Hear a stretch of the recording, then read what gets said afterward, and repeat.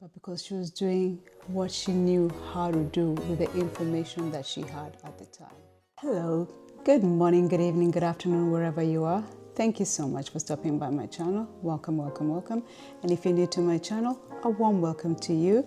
My name is Linda Mwihaki Robbins, and on this channel, I share my life journey and what has changed my life in the categories of personal development, which is self-love, self-care, and honoring who you are, lifestyle, beauty, and a little bit of cooking.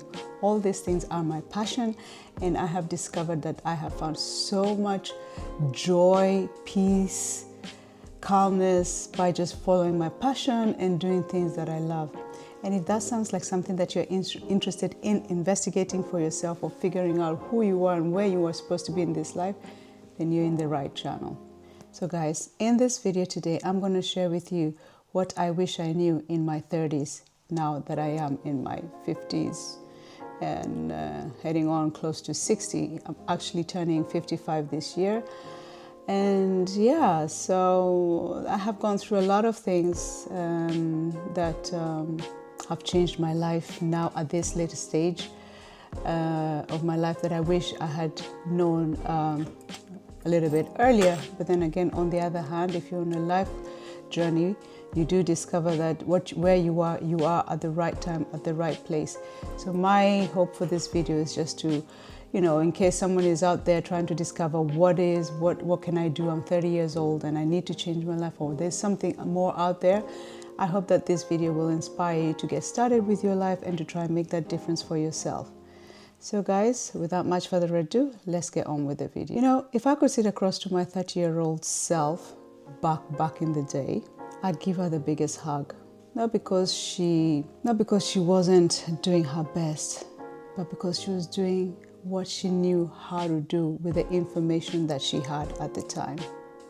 Which is also really important for me to share this video in case you're struggling and you're trying to figure out, your life. I hope that this video can give you a stepping stone or a bit of guidelines that, that to help you get started on your journey. And the thing is, the reason I'd give her a hug is because she had no idea at all how much easier her life would be if she knew a few of the things that I'm going to share with you guys. So let's get on with this few things that I want to share with you guys. In my 30s, I had this misconception or idea that I had to get it all together and that everything had to be in line, that, work, school, family, marriage, all that shebang that we are made to believe that that's how, the steps of life should be. And by 30s, people expect you to either be having children, settle down. I mean, I don't know. Honestly, when I think about my time in the 30s, I had already done that because I was married pretty young, but I cannot tell you that I felt accomplished. Actually, during that time, I was struggling inside. I was struggling to figure out who I was. I was divorced. I got divorced when I was 27, and I had 2 children, whom I was left to raise on my own. And I was a young mom as well. I got my first child when I was 21, and then my second one I was 24, and then my marriage ended when I was 27. So I was just like thrown in the deep end. So I didn't have time to figure out or to think about my future or where is it going or what am I here to do. What I had to do was to make sure that I took care of my children the best way I could as a single parent, I was the one who was there at the time. So for me, some of these things I didn't have time to think about them or even to consider them at all. So I'm going to do a video. Comment below if you'd like me to do a video on how to survive life if you're single with children, because to be honest, I raised my children by myself on and off for the most part of their lives, and they're now adult kids. My eldest one has 2 kids of her own. I'm a grandma, yeah. And yeah, so comment below if you'd like a video on, you know, navigating single motherhood with children and you being the only breadwinner and all that jazz.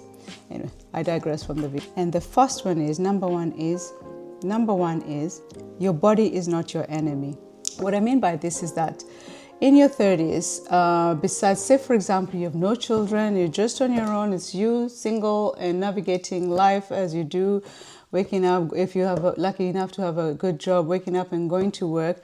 However, there's that peer pressure to conform to what is around you. And for me, I remember even in my 30s, but let me see, where was I in my 30s? Yes, I was working, even though I was a single mom, I was working. And, you know, you're a young mom and you're single and you have this pressure and need to maintain your body in a certain way, to look a certain way, especially at the time if you're thinking that you need a man to take care of you, to help you. So to attract a man, you know, you have the pressures of maintaining a certain particular look when it comes to your outside body. And that was one of the pressures that I had. So during that time, I was trying all kinds of diets, all kinds of exercises, all kinds of things to maintain a fictitious body. That's what I'd like to call it, because that wasn't my body at the time. And yeah, so the pressure of doing that made me join hundreds and hundreds and hundreds of gyms and you know, looking for that quick fix. As soon as a new type of exercise or thing comes up, there you are jumping into it, and then within 2-3 weeks, and I didn't have any knowledge of how long it takes, you know, to sculpt your body. You start picking at your body, think, oh my God, I thought by this time that should be like this, I should have that flat stomach, I should have that. And at that time, you know, you don't stop to think, oh my goodness, we're all different. We're all made beautifully by ourselves. Our bodies are designed for us. And so at that time, you know, you're looking at your body from the eyes of the outside world and not from your inside eyes, for the love that you feel for yourself as a whole, complete person. And if I had known that didn't matter, how people saw me outside, that what mattered the most was what okay, I think I want to switch my phone off because it keeps interrupting us. Anyway, so what mattered most was how I felt about my body, and and the one thing that I wish at that time, and that's why I'm sharing this video, is to love the flaws that I thought were flaws. Let me tell you one of the flaws that I thought that I had, which is so fascinating when I look at the times today. Back in the day, I had sort of like a BBL type of body. And yeah, I had a bigger derriere. And for the life of me, there's nowhere I could find jeans and trousers that would fit my, at that time, BBL body. And since it was not in fashion, and I was living in England, and I remember going in and trying jeans, and none would fit, and if they would get past my derriere, they were too big on the waist, and there was not enough stretch in them. I mean, they're not like the jeans that we have today. So I think, to be honest, now when I think about it, my hate for jeans started then. Because only in the recent years now that I've started wearing jeans, but back then I just could not wear jeans because I just thought I was flawed. I just thought my behind was just too huge, and I would do everything to try and hide it. And now when I look at the times of today, oh my Lord, everybody's going to have some sort of stuff injected in there just to have the flaw that I thought I had. So what I would tell my 30 is, Lynn, give it time. Your flaws will be what people will be queuing up to go and have done. So my message on that one lesson is, look at your body, look at it and love it. Love every flaw, everything that you think is not nice, love it. Because I can tell you one thing, there's somebody out there who wishes they had what you don't love. Okay, guys. Lesson number two that I should have known when I was in my 30s, that I am now doing in my 50s is that you're allowed to change your mind. Oh, God. This is so important. This honestly, if there's anything I can tell you, is this lesson is so important to know earlier on, because it'll save you so much challenges. It'll save you so much decision making time. It'll, and it'll literally free you. It'll free you completely to being able to make decisions and sticking by them. Because, for example, let me give you an example. I think there was a position that I took, a job position, and I accepted this position, but a part of me was like, Linda, this is not for you. This is not meant for you. You're not meant to be doing this. But I was like, yeah, I've already accepted it, and I'm about to sign the contract, and I don't feel like, I don't want to let them down, and I don't want to change, the whole plan because they've gone out, all that ruminating, all that stuff starts coming into your mind and stuff like that. And then at the end of the day, okay, I ended up signing it and then realizing that it wasn't the right decision, that I should have taken the other job. But I'm just sharing this as an example, not as a regret. It's just as an example that learning that it is okay to change your mind even at the last minute, even as you're sitting there, and because there's a reason why you're going to sign, right? There's a reason why there's that dotted line that you have to sign at that precise moment, because until that moment, until you put pen to paper and sign, you can change your mind. So that's something that I wish I had known in my 30s, that would have saved me a lot of struggle and strife. Number 3 is so important, and I talk about this in all of my videos, and I will continue to preach this till the day I transition to another life. Please protect your energy. Your energy is so, so important. And I truly wish I had known this in my 30s, because I put myself in situations and places that were not good for me at all. Even as, let me share a story, or just give you an example. So, for example, you've been invited to a party somewhere, or to an occasion, or to anywhere, whatever it is that you have been invited. But the person who invited you is like, is an acquaintance. It's not really a friend that that they're friends, that like a close-knit friend. But because you're still on your journey of self-discovery or not, you have this guilt-conscious feeling like, oh, I don't want to let them down, and blah, blah, blah. I want to, let me just go, and stuff like that. Now, that was your first sign, your first energy telling you, no, this place is not for you. But what do? We ignore. And then we go to this party, we go to this event and stuff like that. And as soon as we enter, because we're not really connected with that friend who's invited us, obviously the people that she's invited you to have no connection with you, and you will feel that. And you enter in there and you feel this vibe that is in there. You know that it's not your place. You know that you're not going to enjoy yourself. Now, for me, I have been in those types of situations, and that's a long time ago. Again, in my 30s, between 30 and 40. And I remember going to these places. Back in those days, I was a party animal. I enjoyed my drink. And when I say I enjoyed my drink, I enjoyed my liquor. So what I used to do, in order to not feel the energy and not to feel that voice that tells you, don't go, it's not for you, I'd have my courage drink. You know what they call that drink, Dutch courage? Funny enough, I live in the Netherlands. Anyway, I digress. Anyway, so I'd have my Dutch courage drink, and that'll probably be a couple of glasses of wine. Then I'll go in there, because when you drink, it kind of gives you that fake strength, that fake energy, so to speak, that you can,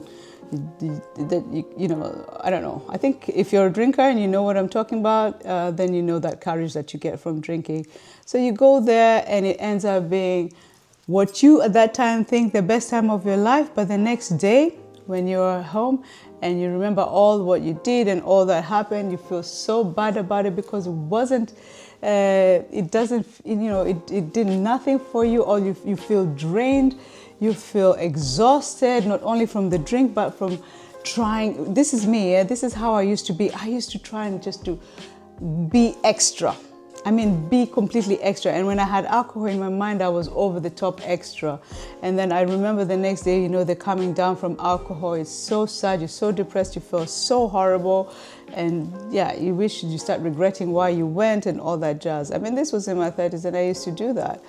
And so what I'm trying to say is that had I known then that I needed to go to places that supported my energy, where I was going to give good energy and receive good energy back, feel empowered and feel excited, I mean, for example, you do know if say a good friend of yours, a dear friend of yours has invited you to a party and you resonate with her and all your friends, that excitement you feel when you go, that genuine excitement that you feel when you go to the party, that's how you're supposed to feel.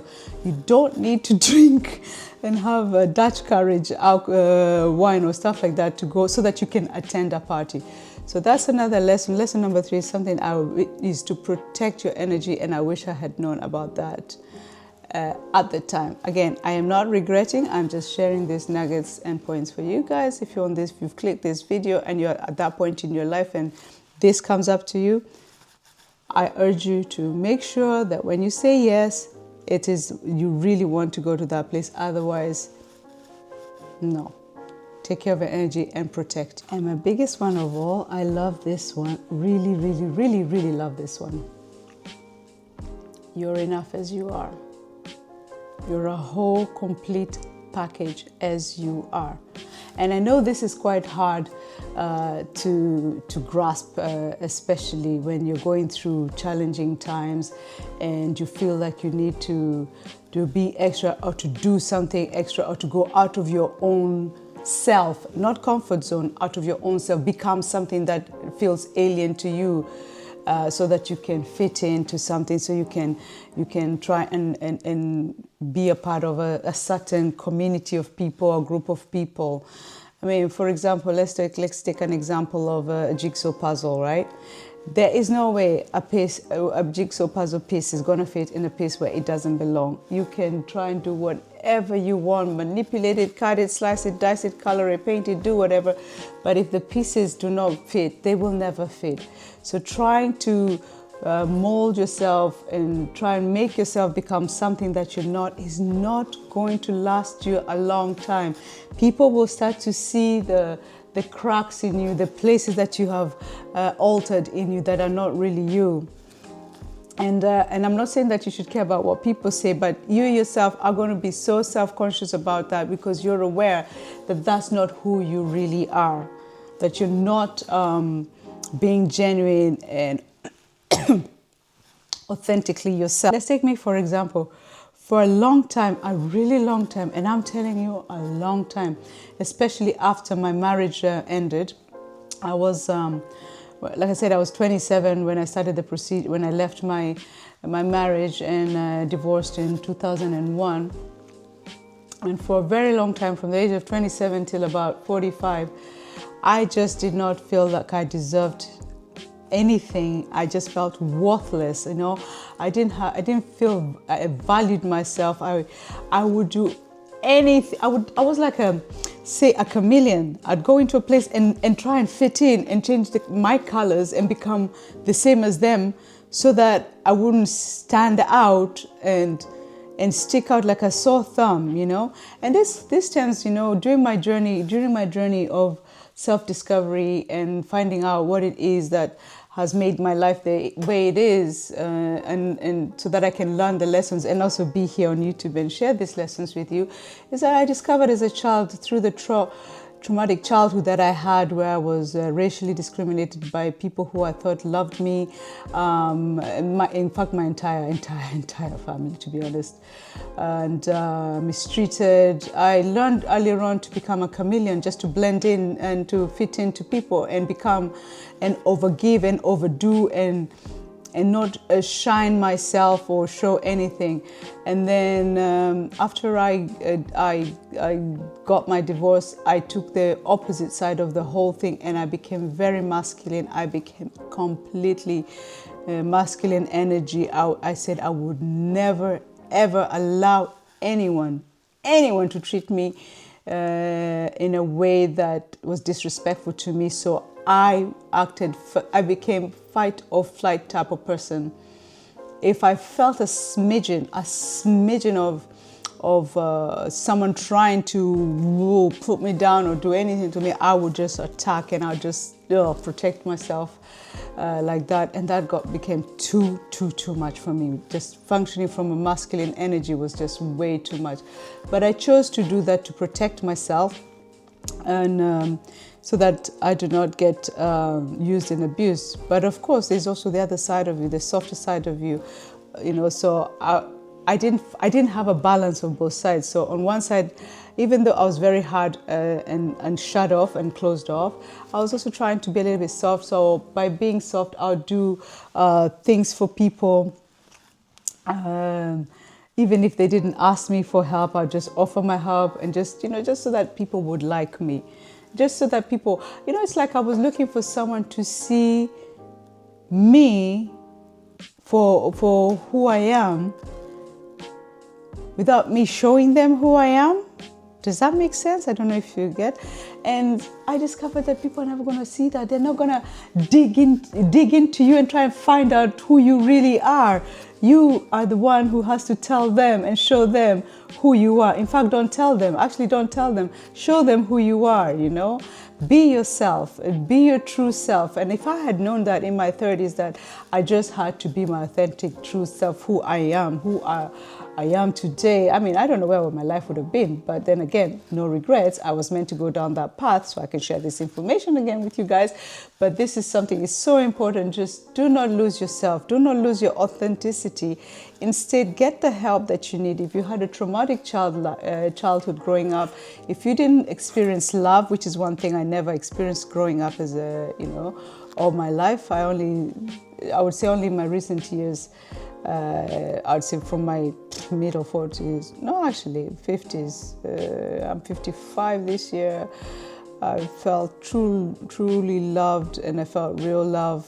Besides from my children, I have 3 children. That is unconditional. That goes without saying. That love for your children is there. But love from another being that you meet, or for me, loving them, didn't exist until I started this journey of self-love. And the first person that I had to start loving and accepting and being true to was the one and only this one, Linda, me. And that was the key that opened up a whole new world of love, knowing what real love is, knowing that by loving yourself, the right kind of person will come into your life, the right kind of community will come into your life. The people who you connect with will be led by love and light, because you yourself are emitting the same kind of energy. So guys, my message in this whole entire video is pretty much loving and being true and authentic to yourself is the key to opening up any doors that you want for yourself now or in the future. So guys, there's my little nuggets, 4 of them. And I hope that if you're in your 30s and you're watching this video, I hope that they help you realize, that it's going to be okay, that you can do something now, and it's never too late. And it's exciting. It's exciting. To me, I find it quite exciting discovering things about myself, directions I want to go to and stuff like that. Like, for example, I've been watching this lovely YouTuber, and, I'm living her best life. And I learn from young and old. She's 26 years old enough to be my daughter, but she's teaching me so much more, and show, things that I'm just amazed and in awe about our new generation as well. And those things that they do now were nowhere near fathomable in my generation. So if I've been able to share some nuggets for you to get your life back on track, or to get you started, or to get you to understand that you can be who you want to be, then you know what, then I have done a really good thing. And my goal in this life is to make sure that I live my life on purpose, with purpose, and of service to others. Yeah, that's my life. Anyway, guys, thank you so much for watching my video. And if you've reached this far, comment below and let me know which one of those points, if you're in your 30s, that you're on right now or that has helped you. And if you're not in your 30s, in your 40s, and your 50s, please comment below and share your wisdom, your experiences in your 30s that you wish you had known now, your experiences that you know now that you wish you had known at 30. Let's help the community. Let's help the young ones grow. Let's help everyone, you know, become their true best self. All right, guys, thank you so much for watching. I truly, truly appreciate the fact that you've taken this time to spend it with me. And I love you all so much. And yeah, I will see you guys on my next video. Mwah, mwah, mwah.